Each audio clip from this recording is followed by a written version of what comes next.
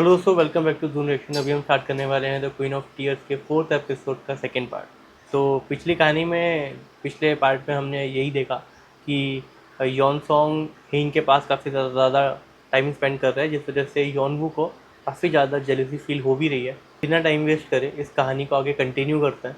तो चलिए let's start. अरे इतना उदास क्यों हो रहा है तू?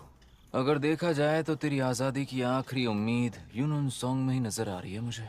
ये क्या बक रहा है तू? अब देख, हेइन के ठीक होने के लगभग 51% चांस है। हाँ मतलब ये नहीं कह रहा हूँ कि ये बुरी बात है, बहुत ही अच्छी बात है, लेकिन तेरी उम्मीद पर तो पानी फिर गया। और अगर तूने उसे अभी छोड़ा तो एक फूटी कौड़ी नहीं मिलेगी। हाँ तो बात यह है, अगर यूनुन सॉन्ग आगे चलकर ही हेइन को पटा लेता है तो तू एलिमनी मांग सकता है। नाम मत ले उस आदमी का यार। क्यों ना लू? वही तो मुसीबत की जड़ है। घंटा मुसीबत है वो। अब सुन, मेरे हिसाब से तो अब वही तुझे बचा सकता है। अगर उसकी वजह से मूड बिगड़ता है ना तो चलेगा, लेकिन बिगड़ी जिंदगी बन जानी मुझे चाहिए। ना वो आदमी सही नहीं लगता यार। अंदर से फीलिंग आ रही है। अरे तेरी फीलिंग का क्या करूं? तू बचने की कोशिश कर, बचाने वाले की फीलिंग विलिंग छोड़। चल सोच, अगर तू डूब रहा है और लाइफ गार्ड के बारे में अच्छी फीलिंग नहीं आई तुझे, तो रस्सी नहीं पकड़ेगा क्या? जो भी हो, मेरी वाइफ उस बंदे की तो कभी नहीं होगी। मैं ऐसा होने ही नहीं दूंगा। सब ठीक हो जाएगा। ये देखो उन सॉन्ग, ये पूरी यॉन जगह जो सॉन्ग है ना लगभग 800 एकड़ की है। नेदरलैंड की होगी लगभग 400 एकड़ की जमीन, और सोल की होगी लगभग 200 एकड़। मतलब ये जमीन उन दोनों से बड़ी है। ये तो अच्छी बात है। जानते हो, रिजॉर्ट के बिजनेस में दो सबसे जरूरी चीजें होती हैं। पहला है जमीन खरीदना और दूसरा है उसका परमिट लेना। अब जमीन तो हमारे पास है ही, और रही बात परमिट की, तो यहाँ का डेप्यूटी एडमिनिस्ट्रेटर अपना ही आदमी है। ओह अच्छा। अरे क्वींस की तरफ से उन्हें स्कॉलरशिप मिली थी, मुझे पढ़ाया करते थे। अच्छा। और वैसे भी आजकल ना ये के पॉप और के ड्रामा कुछ ज्यादा ही चल रहे हैं। तो अगर यहाँ रिजॉर्ट बनाएंगे तो भाई पैसा ही पैसा होगा। सोच कर बताता हूँ। के पॉप और के ड्रामा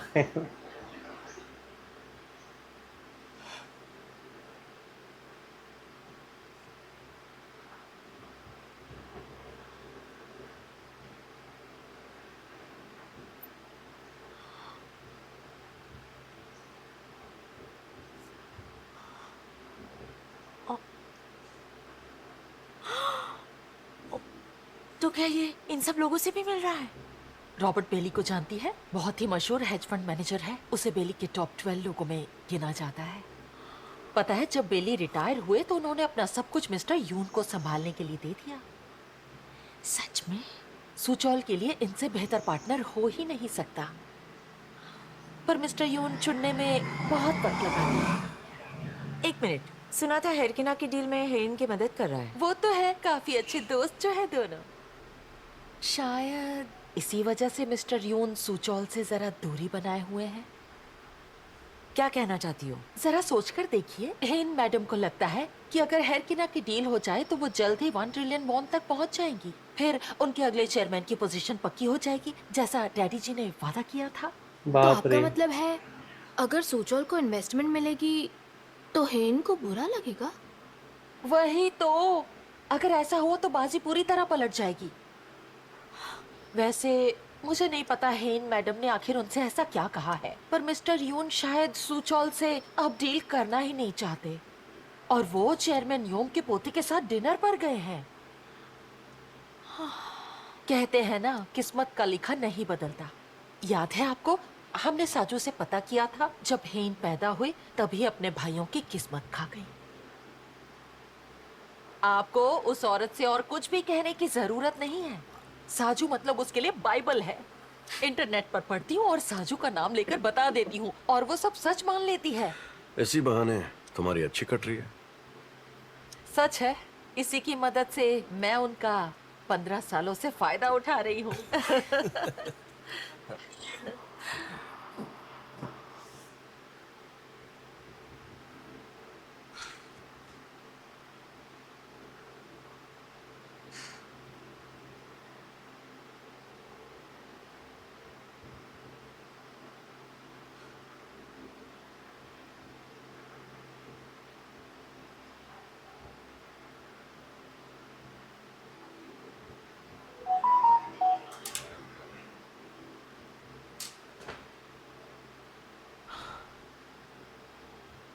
आप यहाँ कैसे? पता था तुम अपना रंग दिखाओगी। तब केस किया होता तो तुम्हारी कॉन्गो ब्रांच को तोड़ना पड़ता। पर्चे बांटने की भी पैसे नहीं बचते। कर दूं केस? आपको जो कहना है साफ साफ कहिए। कहिए क्या बात है? तुमने उन सॉन्ग को सूचौल के बारे में क्या क्या बताया है? तुमने ऐसा क्या किया जो मिस्टर यून तुम्हारे भाई के साथ बिजनेस करने में कतरा रहे हैं? मैंने क्या किया है? तो किसने किया? तुमने ही कहा सूचौल को रिजॉर्ट के लिए इन्वेस्टमेंट मत दो, बल्कि योम सॉन्ग जिन पर इन्वेस्ट करना चाहिए, वरना चेयरमैन हुंग आपसे नाराज हो जाएंगे। क्या आपको लगता है मैं ऐसा कर सकती हूँ? मुझे यकीन है तुम ऐसा कर सकती हो। इस दुनिया में तुमसे ज्यादा मतलबी औरत और कोई नहीं है। कोई फायदा ना हो और तुम्हारे सामने कोई मर रहा हो, फिर भी तुम रहम नहीं दिखाओगी। इसी वजह से तुम्हारा बड़ा भाई।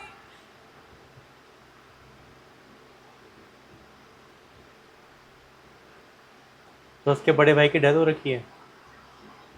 मम्मी जी, हेन की तबीयत सुबह से कुछ ठीक नहीं है। इसे आराम की जरूरत है। मैं माफी चाहता हूँ आपसे। यानी तुम मुझे जाने के लिए कह रहे हो? दिख नहीं रहा मैं इससे बात कर रही हूँ? कहा ना माफी चाहता हूँ।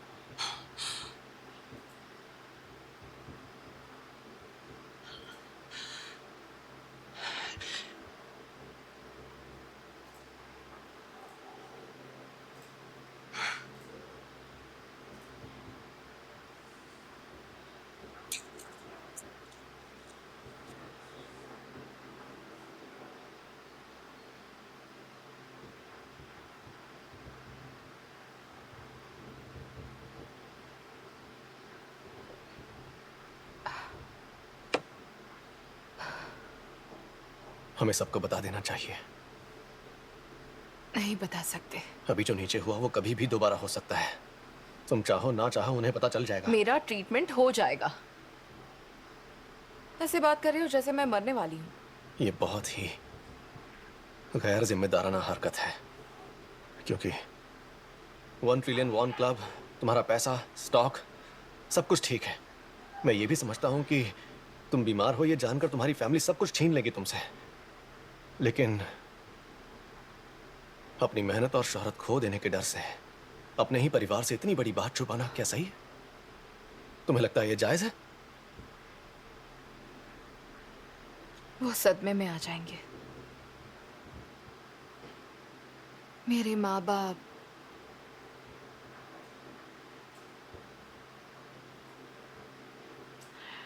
पहले ही अपना एक बच्चा खो चुके हैं।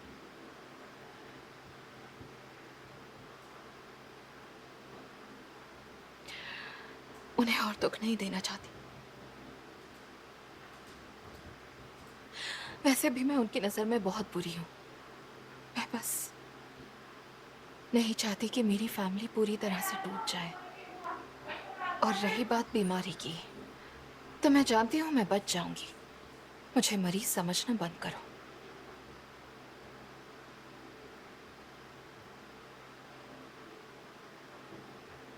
अब जाओ यहां से, मुझे आराम करने दो।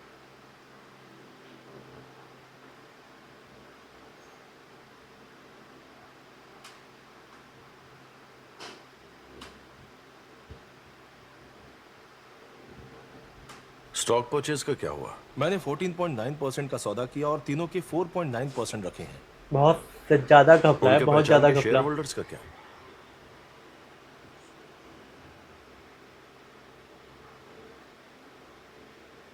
पिछली बार ब्लाइंड फंड का प्रॉफिट रेट 90% ऊपर जाते ही अगले राउंड में इन्वेस्ट करने के लिए लोग मरे जा रहे हैं। क्वीन के स्टॉक को कोलैटरल रखकर उनसे अगला इन्वेस्टमेंट करवाना होगा। इन्वेस्टमेंट का मिनिमम अमाउंट ही इतना बड़ा है कि सिर्फ कुछ दिनों में कोई भी इतना बड़ा अमाउंट घुमा नहीं पाएगा। अगर मैं उनसे कहूँ उन्हें जल्दी करना होगा तो आपका काम आसान हो जाएगा। अगली बारी है चेयरमैन की। प्रोसिक्यूशन से कहकर इन्वेस्टिगेशन करवाओ। बेचारे चेयरमैन हूँ, जेल के नाम से ही डर जाते हैं वो। तो क्या प्लान है? एक इंसान है जो चेयरमैन के वॉल्ट की हिफाजत करता है। वो है अकाउंटिंग टीम के लीडर सुंग जोंग बोम। वो सिर्फ चेयरमैन के स्लश फंड को साइफन नहीं करता, बल्कि काफी पैसा अपने जेब में भी डालता है। अगर फाइनेंस और टैक्स इन्वेस्टिगेशन डिवीजन को सारे सबूत देने के बाद वो इन्वेस्टिगेट करते हैं, तो कहीं ना कहीं चेयरमैन हुंग का नाम भी आ ही जाएगा। Cheers.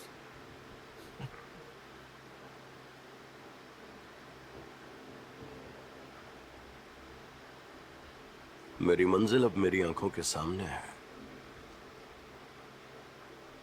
ये देखकर अच्छा लगा। शिकारी के सामने अब उसका शिकार इंतजार कर रहा है।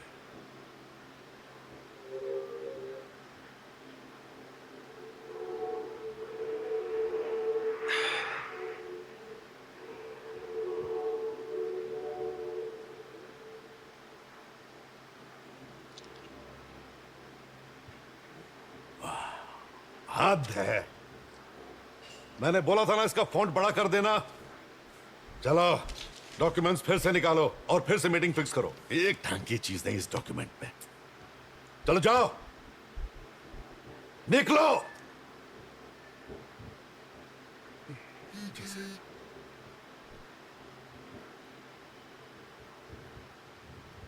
जिस प्राइवेट इक्विटी का इंतजार था आप उसे ज्वाइन कर सकते हैं। इसमें मिनिमम इन्वेस्टमेंट है 20 बिलियन वॉन। अगर आपके पास इतना कैश नहीं है तो क्वींस ग्रुप के स्टॉक को कोलैटरल रख सकते हैं। इसके रिटर्न्स पिछली बार से ज्यादा होने की उम्मीद है। Deadline first come first serve basis पर होगी, तो जल्दी फैसला लीजिए। सिक्योरिटी जरूरी है। Thank you. ठीक है, मैं तैयार हूं। मैं पैसे भेज रहा हूँ।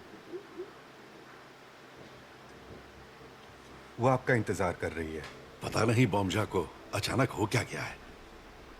मेरे साथ डिनर करने की जिद क्यों कर रही है?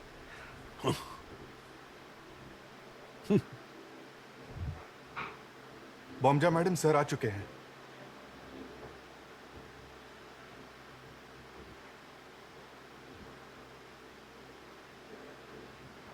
ओ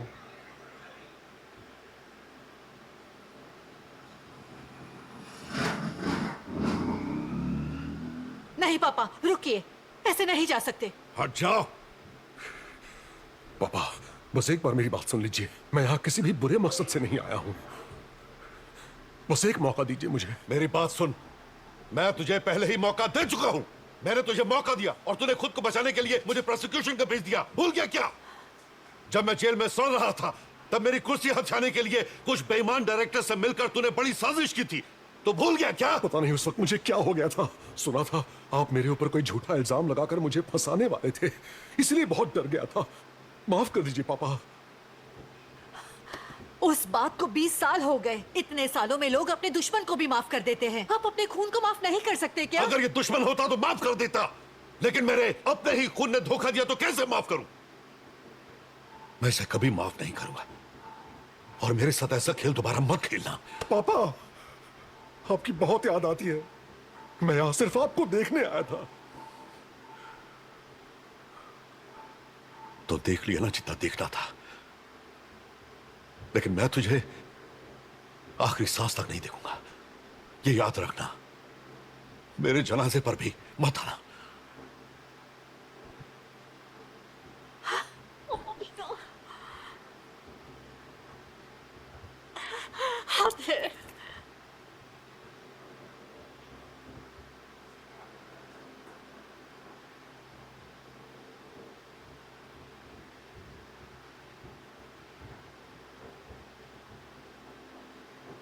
आपका मूड क्यों खराब है?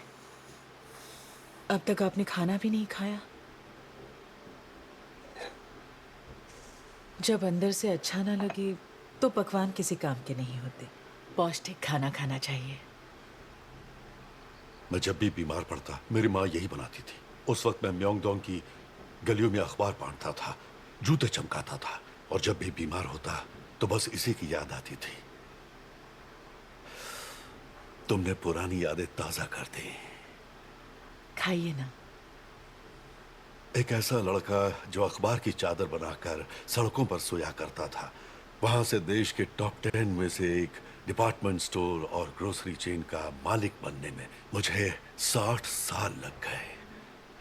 तो फिर मुझे ऐसा क्यों लगता है कि जिंदगी के इस मैदान में मैं अकेला हो गया हूं? आप किसी चीज से परेशान लग रहे हैं और मैं अच्छी तरह से जानती हूँ आपका दिल कितना नाजुक है। ये विलन है भाई, लड़की औरत।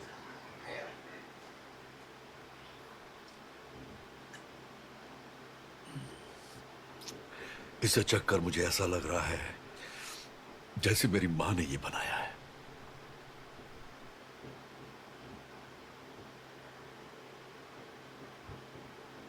ऐसे कैसे रिफंड नहीं मिलेगा?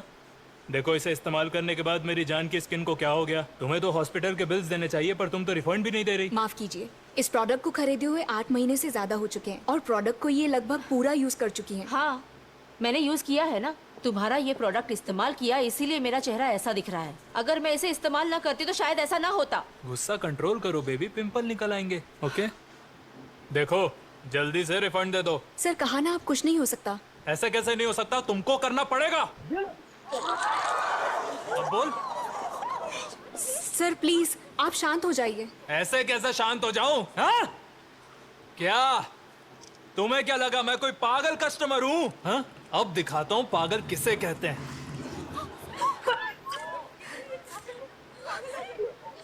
प्लीज इसे कोई रोकिए, मेरी नौकरी चली जाएगी। मैंने कहा कि घर के लिए जो सेविंग्स है उससे सर्जरी करवा लेते हैं, लेकिन माँ मानती नहीं। सर, जो आप चाह रहे हैं वो नहीं हो सकता। आप प्लीज मेरी बात समझने की कोशिश कीजिए। अच्छा, नहीं हो सकता, लेकिन मैं जानता हूँ तेरे जैसे लोगों को कैसे समझाया जाता है।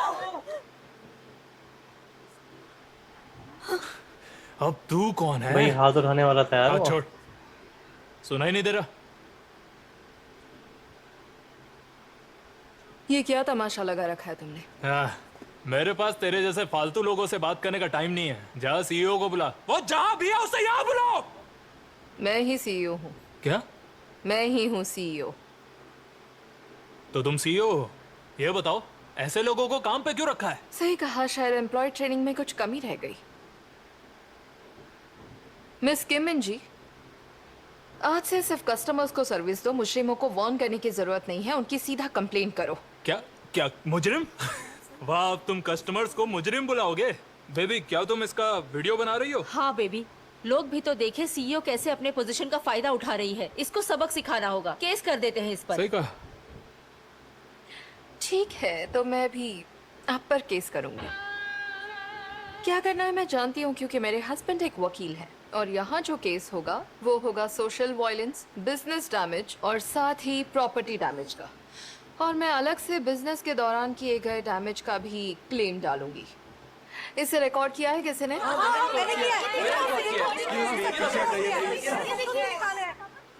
इन्हें पुलिस स्टेशन ले जाइए प्लीज। अरे अरे, तुम क्या कर रहे हो? उन्हें पकड़ो। अरे हमने कुछ नहीं किया, उनकी गलती है। Thank you so much ma'am. वैसे मिस्टर बेक, आप यूथ एसोसिएशन के पाक सुखुन को जानते हैं? हाँ, उसने क्या किया? मैंने सुना है कि वो हर जगह ये कहता फिर रहा है कि गांव का फिलहाल जो फोरमैन है बेगदू गॉन, जो योंगदो के पेयर को लोकल स्पेशलिटी बनाने की जद्दोजहद में लगा है, उसका कोई भविष्य नहीं है। अब से जो के फूड पूरी दुनिया खाना चाहेगी वो है योंगदो का एप्पल। ऐसी बातें कर रहा है वो। एप्पल?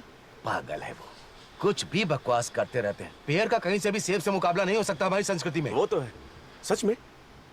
अब तुम्हें बताओ, मेमोरियल सर्विस में कौन सा फल चढ़ता है? टेबल पर पेड़ की इज्जत होती है, सेब की नहीं। जानते हो, बच्चे भी पेड़ पर गाना गाते हैं। पेड़ के पेड़ पर चिड़िया बैठी, सेब पर नहीं। उनकी हिम्मत कैसे हुई उस पेड़ को नीचा दिखाने की जिससे हमारे पुरखों ने नवाजा है? दरअसल मुझे क्या लगता है, आने वाले इलेक्शन के चलते वो आपके खिलाफ ऐसे फालतू के पैतरे आजमा रहा है। आपको पता है, उसकी माँ का वहाँ पर एक होटल है। उन्होंने अचानक से अपने होटल में लंच का प्राइस आधा कर दिया, तो सब लोग वहीं पर जा रहे हैं लंच करने के लिए। कितने बेवकूफ हो, मुझे ये पहले क्यों नहीं बताया? क्या? उस कमीने को उसूलों के हिसाब से चलना आता ही नहीं है। अब देखता हूँ। अरे सुनिए, आप वहीं जा रहे हैं क्या? आइए आइए, यहाँ अंदर आइए। चलो सब लोग आ जाओ, सब लोग आ जाओ। कैसे हो भाई? क्या बात है मिस्टर पाक, आज ये लो। बाप तो कमाल का बना है। वो तो हमेशा ही कमाल का बनता है। अरे बाप रे, यहाँ क्या चल रहा है? ऐसा लगता है यहाँ कोई त्योहार मनाया जा रहा है। गर्म खून है, इसलिए नहीं जानता कि चुनाव के लिए भविष्य के इरादे दिखाने होते हैं। ऐसे गाने बजाकर, सस्ता खाना और शराब पिलाकर इलेक्शन नहीं जीते जाते। उसे क्या लगता है ये सब करके क्या वो मुझे हरा पाएगा? इससे अच्छा है कि डूब के मर जाओ। यहाँ पर जो भी हो रहा है गलत हो रहा है। इसे तो कोड ऑफ कंडक्ट तोड़ने के लिए सजा मिलनी चाहिए। चुन सिंह, जल्दी से सबूत इकट्ठा कर। मैं इन सब के खिलाफ कंप्लेंट दर्ज करूंगा। जो भी यहाँ बैठे हैं उन सब का वीडियो लो। अरे उधर चलो ना। अब मैं तुम सबको दिखाता हूँ। अरे ये क्या? मिस्टर बेक, क्या हुआ? किसी की फैमिली का कोई होगा अंदर।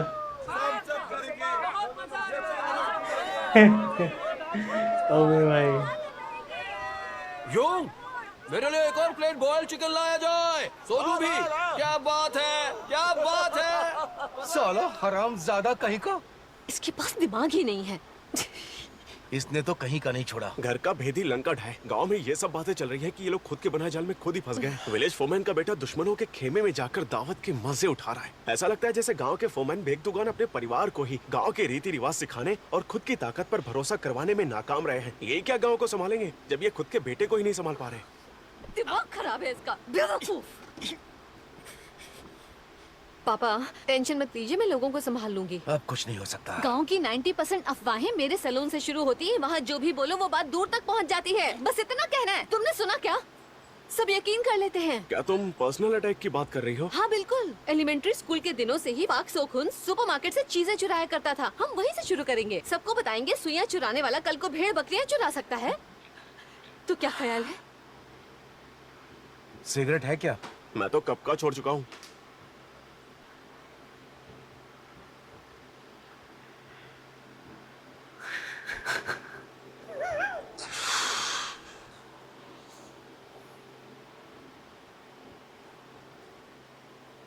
कितने स्टाइल से दी भाई उसने। सुनो मिसोन, आ रही हो? तुम्हारे पापा और मिस्टर पार्क के बीच दोपहर में घमासान लड़ाई होने वाली है। हाँ तुम जाओ, मुझे नहीं आना। तुम्हें आना ही होगा। वैसे भी तुम्हारे परिवार को भीड़ इकट्ठी करने के लिए अपनी भेड़ बकरियां भी साथ लानी होंगी। क्यों तुमने देखा नहीं क्या? मिस्टर बेक के साथ अब उतने लोग ही कहाँ बचे हैं। कहा ना जाओ यहाँ से। तुम भी साथ चलो। नहीं होंगी। दफा हो जाओ। चलो हम निकलते हैं। तुम यहीं रुको, तुम अंदर जाओ। चलो जाओ। आज मेरे यहाँ आने की वजह है कि इस गांव को जवान नेता की जरूरत है। मैंने पहले भी सबसे कहा था, मैं योंगडू के सेब को ऐसा के फूड बना दूंगा जो पूरी दुनिया में मशहूर हो जाएगा। मैं आपसे वादा करता हूँ, जो 2 साल योंगडू ने गंवाए हैं उन्हें वापस लेकर आऊंगा। वैसे लगता है इसे काफी सपोर्ट मिल रहा है। कोई बात नहीं, कोई बात नहीं, कोई बात नहीं। मेरे प्यारे दोस्तों, योंगदुरी का पेयर कोरिया के दिलों की धड़कन माना जाता है। अगर ऐसी बात है तो नाजू और सोंगचू के पेड़ को इतना भाव क्यों मिलता है? अरे वाह, बिल्कुल सही कहा। हो सकता है कि हम दिल ना हो, लेकिन गुर्दा या फेफड़ा तो हो ही सकते हैं, या फिर लिवर। क्यों मेरे भाइयों और बहनों, मैंने सही कहा ना? अगर हम सच में दिल होते तो इनकी बहू के डिपार्टमेंट स्टोर में हमारे पेट्स बिक रहे होते। क्यों मिस्टर बेक? क्या ये सारी बातें तुम लोग यहाँ क्यों कर रहे हो? मेरी बहू एक ऐसी सीईओ है जो अपने काम और अपनी निजी जिंदगी दोनों को अलग रखती है। ठीक है, अगर ऐसी बात है तो आपकी बहू यहाँ क्यों नहीं आती? बुरा मत मानना, पर हमने सुना है आपकी बहू ने आपके बेटे से शादी तो की, पर उसे कभी यहाँ देखा नहीं। आई तो थी, एक बार वो हेलीकॉप्टर में आई थी, है ना? हेलीकॉप्टर देखकर मुझे लगा था जंग शुरू हो गई है। वो शादी से पहले की बात है। शादी के बाद वो यहाँ कभी नहीं आई। हाँ, वो शादी के पहले की बात थी। ये क्या हो रहा है? भूकंप आ रहा है क्या?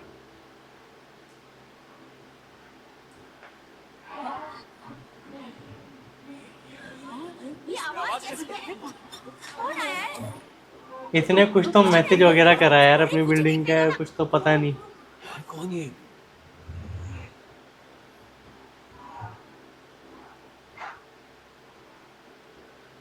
बड़ी बड़ी गाड़ियां बनाई है।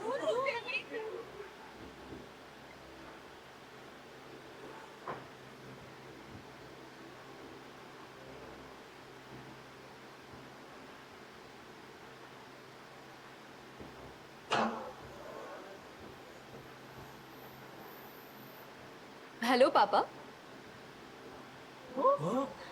अरे बाप रे, भाभी तो उसकी बहू जल्दी करो, पता ले लो आ गई है।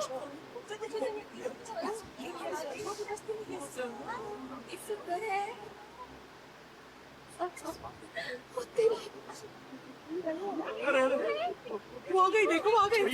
शादी के बाद आ गई है।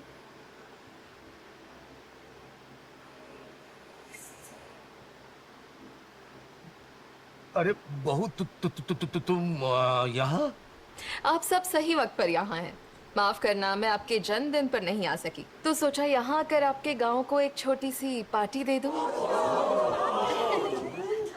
आप सब मुझे जानते होंगे, मैं हूँ विलेज फॉरमैन बेगडोगवन की बहू होंग हे इन।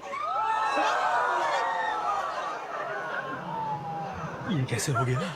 मैंने मैसेज भेजा था ना, याद है? तुमने कहा था तुम यहाँ आकर हमसे मिलोगी, तो मैं सोच रही थी कि अगर तुम आज बल्कि अभी आ सकती हो तो इससे बेहतर कुछ नहीं। हमारे यहाँ इलेक्शन है और मेरे पापा को अपना विलेज फोरमैन का टाइटल बनाए रखने में मुश्किल आ रही है। फिलहाल उन्हें कोई ऐसा चाहिए जो इलेक्शन में उनके लिए प्रचार कर सके।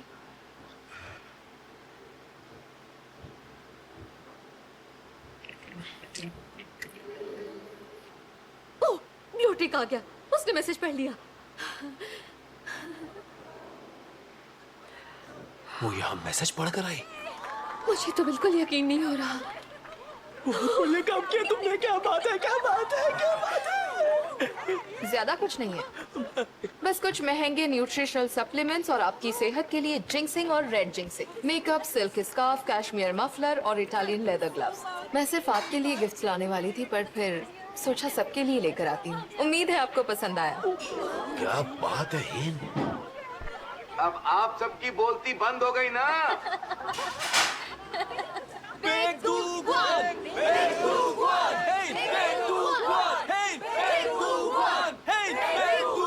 सुनिए दोस्तों, योंगदू री की पहचान क्या है?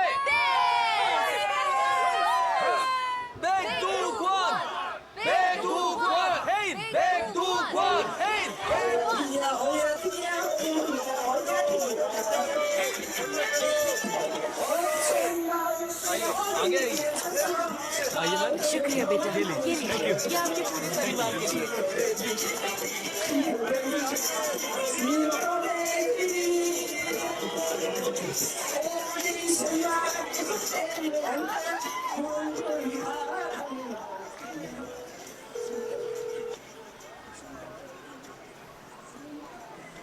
योनो बेटा, बहू यहाँ पर आई हुई है। अरे क्या हुआ? हाँ बोलिए माँ, आपका कॉल आया था। वहाँ सब ठीक तो है? वहाँ मिसोन और ह्योंते आए थे ना, तो तू परेशान तो नहीं हुआ? हाँ, अरे ज्यादा कुछ नहीं हुआ, मैंने सब संभाल लिया, आप फिक्र मत कीजिए। अच्छा, हेन कैसी है? हेन भी ठीक ठाक ही है। क्या कह रहा है? लड़ाई हुई है क्या तुम्हारी? ऐसा कुछ नहीं हुआ है। तो फिर तुझे कैसे नहीं पता कि इस वक्त तेरी बीवी कहाँ है? क्योंकि इस वक्त वो मेरी नजरों के सामने है। वो वहाँ पर क्या कर रही है? ये तो तू आकर खुद ही पूछ ले। उसकी मेहरबानी से पूरा गांव खुशियों से नाच रहा है। ये क्या कह रही है मेरी माँ? वो अभी एग्जैक्टली कहाँ पर है?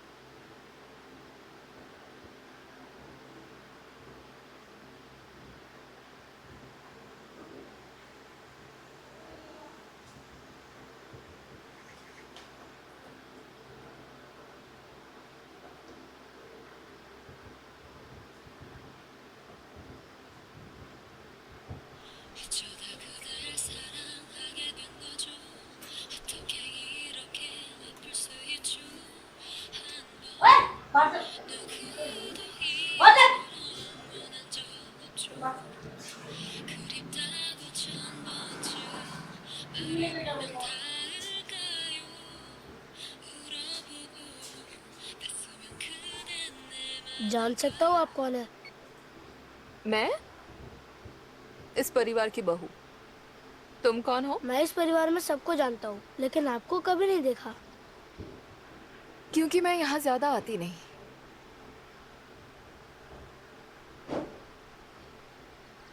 मुझे ऐसे क्यों देख रहे हो? सच में मैं इस परिवार का हिस्सा तो हूँ। इनके कुत्ते का नाम क्या है बताओ?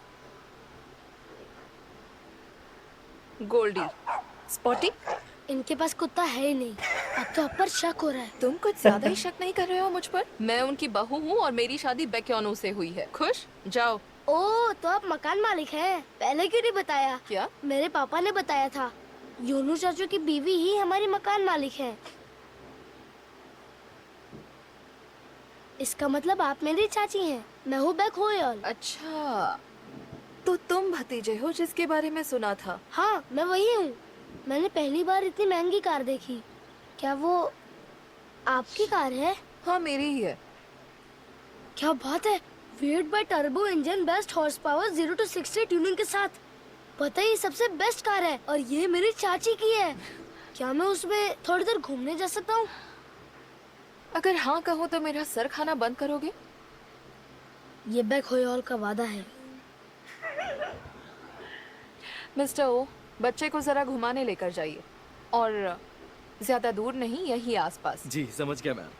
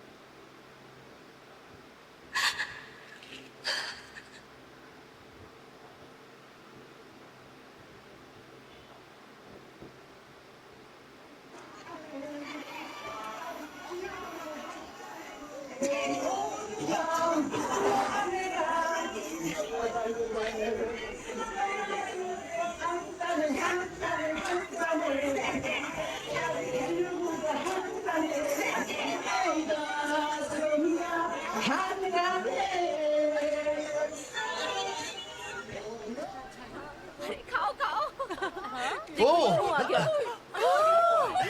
देखो मेरा बेटा आ गया। अरे वाह, क्या बात है योनू बेटा। वो देखो तुम्हारी मसाज चेयर जो तुमने हमें पिछली बार गिफ्ट की थी, बहुत ही कंफर्टेबल है। बहुत बहुत शुक्रिया।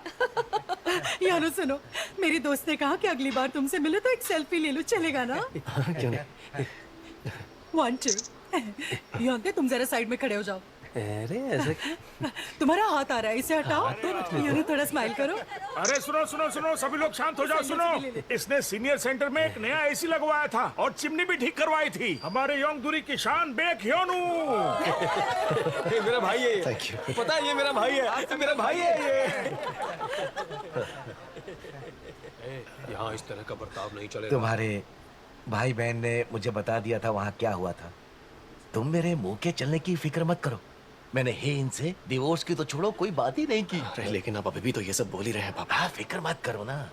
हे इन तो फिलहाल यहाँ है ही नहीं, वो घर पर है। वो घर पर नहीं थी। हाँ? मैं घर जाके होयल को लेकर आया हूँ, वो वहाँ नहीं थी। ये तुम क्या कह रहे हो? वो घर पर नहीं है।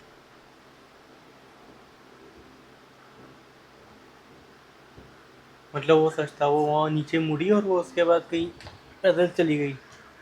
शिट। मिस्टर बेक, आप आ गए? हेन कहाँ है? क्या मैम विलेज हॉल में नहीं है? मैं आपके भतीजे को घुमा कर लाया था, वो यहाँ नहीं थी।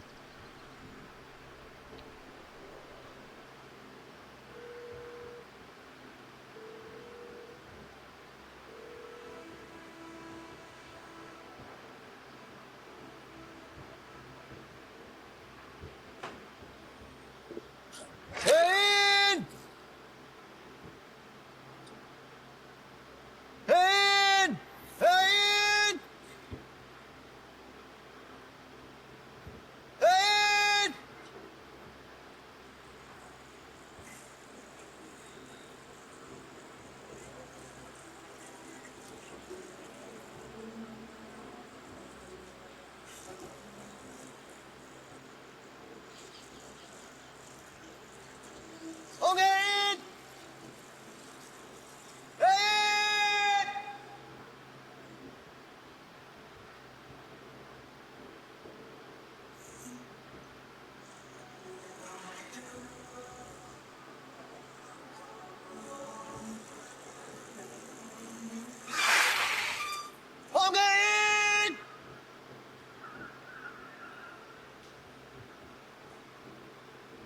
हाँ गई भाई ये।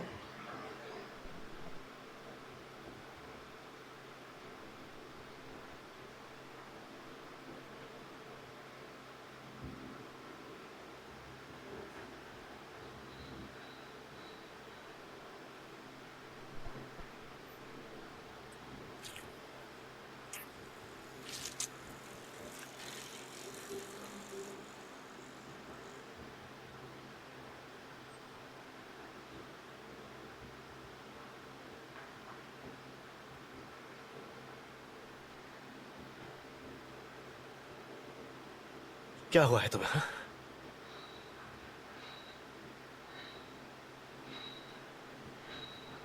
यहाँ क्या कर रही हो तुम? चिल्ला क्यों रहे हो? मुझे माँ ने कॉल करके बताया कि तुम यहाँ आई हो, लेकिन कहीं भी नहीं मिली मुझे तुम। पूरे गांव में ढूंढा, किसी को नहीं पता था कि तुम कहां पर हो। फोन भी नहीं उठाया तुमने मेरा। तो क्या कर रही हो यहाँ? मैं बस वॉक करने आई थी। जहां का रास्ता तक नहीं जानती वहां वॉक करने आई हो? हाँ। पता है कितनी फिक्र हो रही थी? पर क्यों हो रही थी? कहा था ना मुझे मरीज मत समझो। हाँ, कहा था, अच्छे से याद है। तुम पर चिल्लाया उसके लिए माफ कर देना।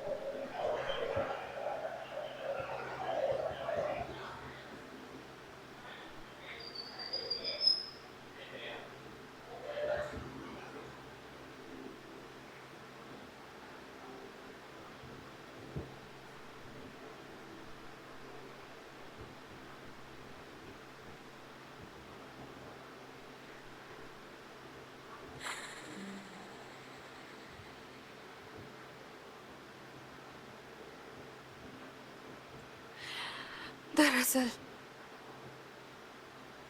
मुझे कुछ याद नहीं। पता नहीं मैं आखिर वहां क्या करने गई थी।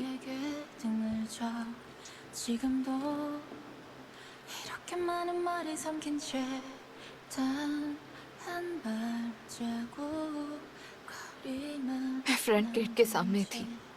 जब होश आया तब एक अनजान जगह खड़ी थी।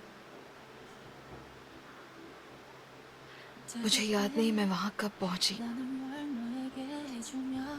और ये भी याद नहीं कैसे पहुंची। मैं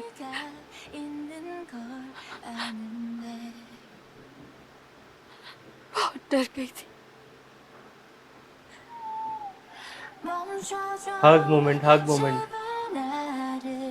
여기서 너에게 뛰어가는 날 멈춰줘. 나는 나를 잊는 법을 네가 없는 나에게는 모르니. 내가 없는 그 빈자리를 따라 이 순간에도 난 너에게 가는 꿈을 꿔. 난또 나의 모두 너의 것.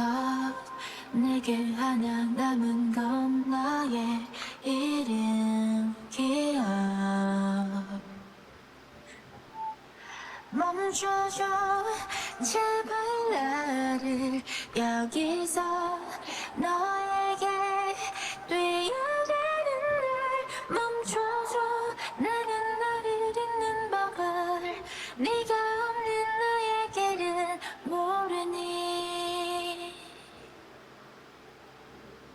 날 멈춰줘.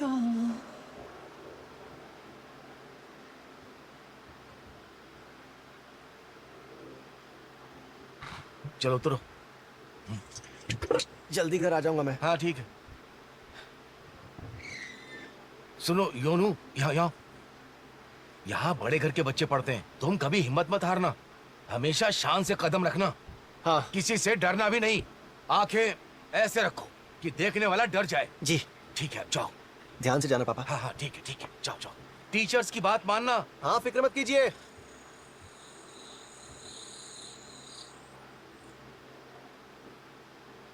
तो बच्चों, अब हेन आगे पढ़ने अमेरिका जाने वाली है, सभी उसे गुड बाय बोलो, ठीक है? Yes sir. इसका चेहरा क्यों उतरा हुआ है? आखिरी दिन में भी इतना नाटक कर रही है ये हेन। मैंने सुना है ये अमेरिका नहीं बल्कि पागल खाने अपना इलाज करवाने जा रही है।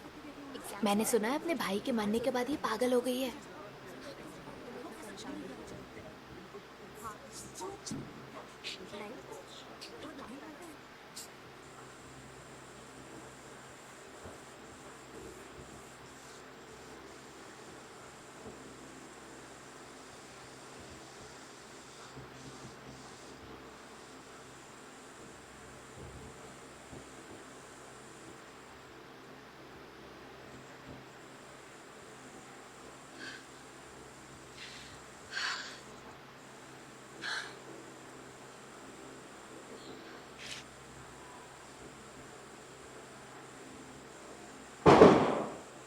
एक मिनट। इसने एंट्री करी और इसने स्कूल छोड़ा।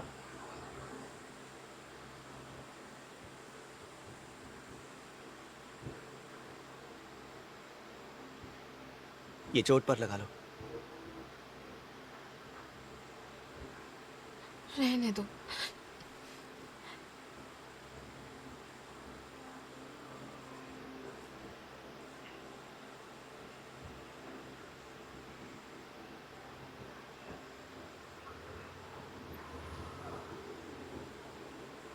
बाद में अच्छे से साफ करके दवा लगा लेना।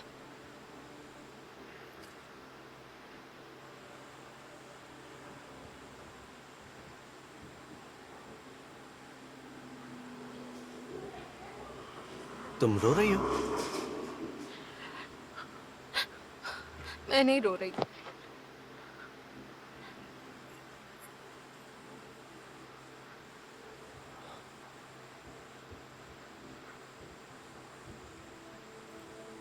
रो तो रही थी। Whenever you come, 할 수 없는 일이야. 아주 잠시 두 눈을 깜빡. मतलब इसने स्कूल में एंट्री करी और उसने स्कूल छोड़ के वो अमेरिका चली गई थी। वाह। खैर लास्ट का मोमेंट काफ़ी ज़्यादा थोड़ा सा ऐसा था, इमोशनल सा था। तो अच्छा था ये वाला एपिसोड भी। ये गांव में गई, एकदम हेल्प कर दी सबकी, और जो इसका ये इलाज है, जो इसकी बीमारी है, क्या मतलब पता नहीं, मेरे ख्याल से जो विलन है वो इसकी बीमारी का फ़ायदा उठा सकता है शायद। और मैंने यार एक वो भी देखा था, मैंने ट्रेलर में ना एक वो भी सीन देखा था जहाँ पे इसके हाथ में गन होती है और जो हमारा एक्टर है जॉन वू, वो शायद नीचे लेटा हुआ होता है और एक्ट्रेस उसी के ऊपर पॉइंट कर रखा होता है उसने। हो सकता है कि मैंने इधर उधर का सीन मिक्स कर दिया हो, लेकिन ऐसा भी कुछ सीन था। तो अभी आगे भी बहुत कुछ होने वाला है। बाकी ये लास्ट वाला सीन थोड़ा सा इमोशनल था, ओवरऑल तो बहुत बढ़िया था ये वाला एपिसोड। तो मिलते हैं आपसे अगले एपिसोड में। तो मिलते हैं आपसे अगले 5th एपिसोड में। तब तक के लिए गुड बाय।